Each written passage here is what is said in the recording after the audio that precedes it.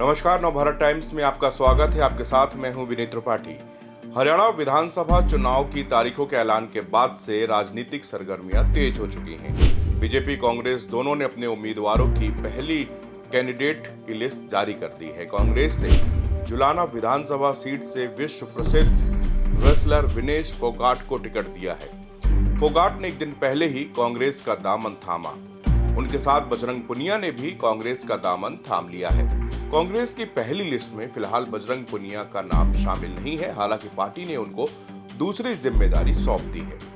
कांग्रेस ने जुलाना से विनेश को टिकट क्यों दिया, इसके दो जवाब हो सकते हैं। पहला कारण यह कि जुलाना विनेश की ससुराल है, वो यहाँ की बहू है, तो एक इमोशनल कनेक्ट लोगों का जुड़ेगा। दूसरा कारण यह भी है कि 2010 से इस सीट पर कांग्रेस ने कभी जीत नहीं पाई, यानी 10 साल का सूखा कांग्रेस का यहां खत्म करना चाहती है। इसलिए कांग्रेस ने एक मुश्किल सीट से अपने तुरुप के इक्के का इस्तेमाल किया है, लेकिन यहां से विनेश की राहें उतनी आसान नहीं है जितना अभी लग रही हैं। जुलाना हरियाणा के जींद जिले में आता है। जींद को अगर आप हरियाणा के नक्शे में देखेंगे तो बिल्कुल बीचों बीच आता है। इसे आप हरियाणा का दिल भी कह सकते हैं। NH-71 पर रोहतक और जींद के बीच में ये स्थित है। जुलाना तहसील के अंतर्गत कुल 30 गांव आते हैं, जिनमें नंदगढ़, राजगढ़, मालवी, देशखेड़ा, झमोला, करेला, बख्ताखेड़ा, गढ़वाली, जय जयवंती, खरनेती, शादीपुर, गड़ौड़ी, ब्राह्मणवास, करसौल, लजवाना, बूढ़ाखेड़ा, लाठर, रामकली शामिल हैं और हथवाला सहित कई और गांव यहां पर लगते हैं। यहां पर अधिकतर लोग लाठर गोत्र के हैं। लाठर की स्थानीय पंचायत में 8 गांव शामिल हैं, जिसमें से राजगढ़, करसौला, देशखेड़ा, जुलाना, शादीपुर, बूढ़ाखेड़ा, लाठेर, लजवाना और ब्राह्मणवास। जुलाना जाट बाहुल क्षेत्र में से एक महत्वपूर्ण सीट मानी जाती है।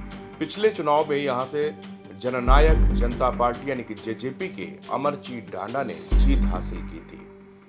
2009 से 19 तक यह सीट इंडियन नेशनल लोक दल यानी कि INLD के परमिंदर सिंह के पास थी। विनेश फोगाट के आने से कांग्रेस को इस बार उम्मीद है कि ये सीट वो जीत सकती है।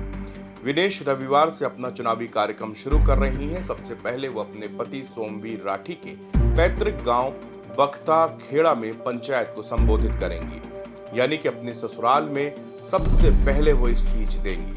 उम्मीद है यहाँ भी वो इमोशनल कार्ड खेलेंगी और वोट की अपील करेंगी। हरियाणा की राजनीति पर पैनी नजर रखने वाले जानकार बताते हैं कि पूरे हरियाणा में जुलाना की जो चर्चा है वो अक्सर चुनावी परिणामों को लेकर होती रही है।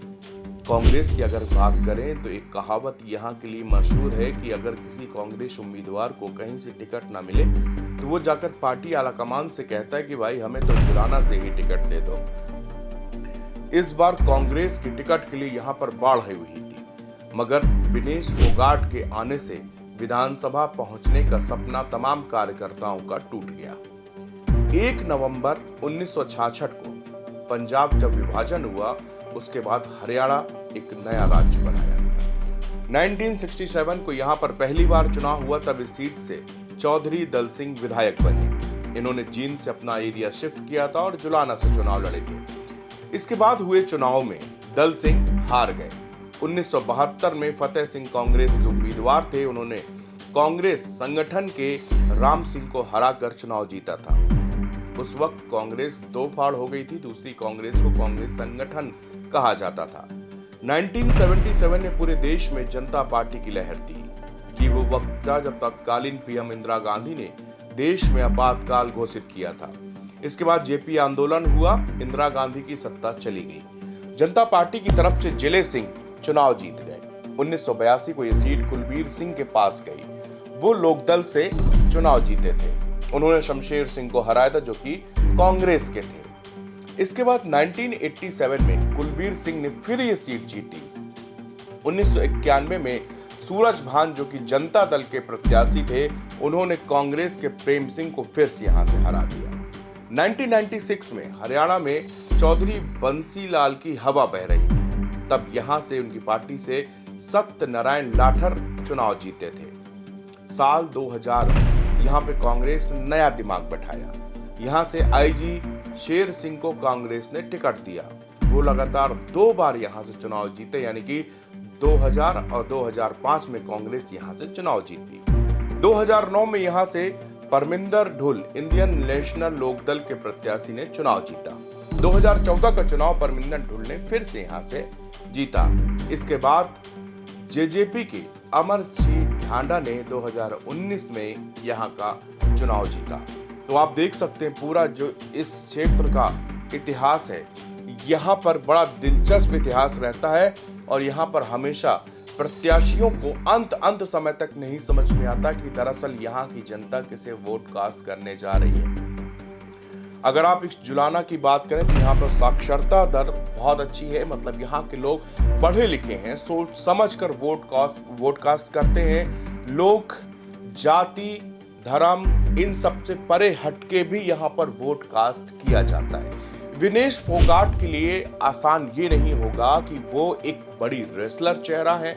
उन्होंने एक आंदोलन में रही, उन्होंने बीजेपी के सांसद ब्रजभूषण शरण सिंह के खिलाफ दिल्ली के जंतर मंतर में एक पूरा अनशन किया, आंदोलन किया। वो तस्वीरें पूरे दुनिया में देखी और उसके बाद उन्होंने कांग्रेस का दामन थामा, ये कहते हुए कि जिस मुश्किल वक्त पर हमारे साथ कांग्रेस खड़ी थी, बाकी सब दल खड़े थे, लेकिन बीजेपी यहाँ से खड़ी नहीं, हमारे साथ खड़ी नहीं हुई।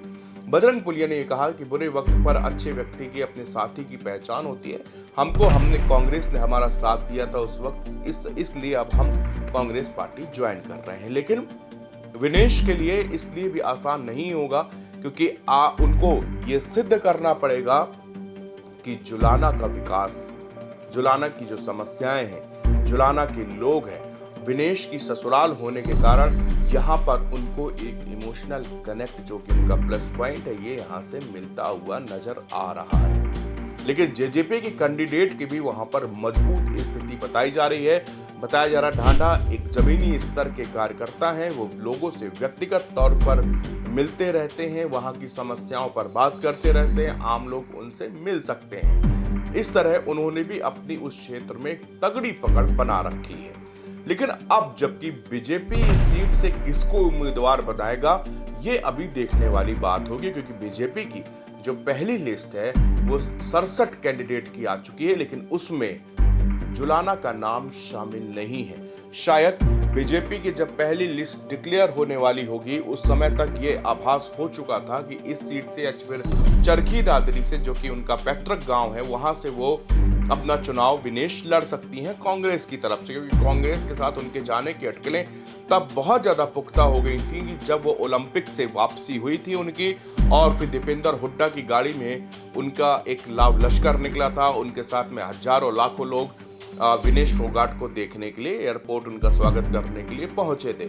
तब तस्वीर ये साफ होती गई थी कि लगता है कि विनेश अब जो है कांग्रेस का दामन थामेंगी। इसके बाद में वो बजरंग पुनिया और विनेश फोगाट राहुल गांधी से मुलाकात करते हैं, मल्लिकार्जुन खड़गे से मुलाकात करते हैं। मुलाकात के अंदर के बाद सारी तस्वीर साफ हो गई। लेकिन बीजेपी ने इस सीट से 67 सीटों के अपने नाम कैंडिडेट घोषित कर दिए, लेकिन जुलाना में अभी उसमें शामिल नहीं है। उम्मीद है कि बीजेपी इसी फिराक पे थी कि उनको पता चले कि विनेश फोगाट और बजरंग पुनिया को कांग्रेस कहां से लड़ा रही, उसके बाद ही वो अपने कैंडिडेट का खुलासा यहां पर करेंगे। हालांकि बजरंग पुनिया पर अभी भी सस्पेंस बरकरार है कि कांग्रेस की जो दूसरी या तीसरी लिस्ट आएगी उसमें क्या बजरंग पुनिया को कहीं से टिकट मिलेगा या नहीं मिलेगा। वैसे जो सूत्र बता रहे हैं वो ये कह रहे हैं कि बजरंग पुनिया को इस बार चुनाव कांग्रेस नहीं लड़ाएगी, उनको संगठन का काम दिया गया, उनको पार्टी का काम दिया, दूसरी अन्य जिम्मेदारियां दी हैं।